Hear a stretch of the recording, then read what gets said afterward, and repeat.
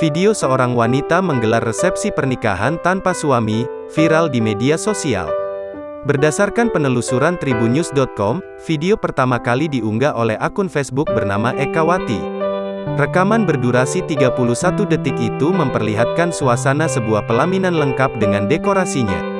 Kemudian satu persatu tamu undangan memberikan selamat kepada pengantin. Namun, yang mencuri perhatian, hanya terdapat mempelai perempuan.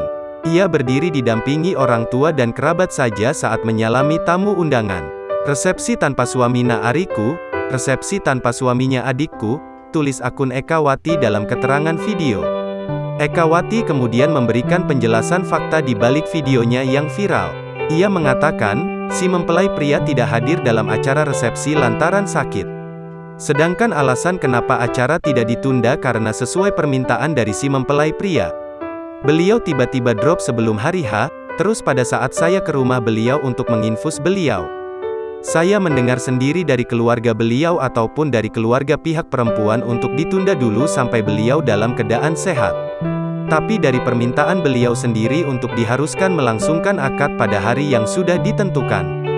Beliau sendiri yang ingin dilangsung dengan cepat, dan sebenarnya akad bisa juga dilakukan di rumah beliau sendiri, tapi dia menolak hal itu, tulis Ekawati.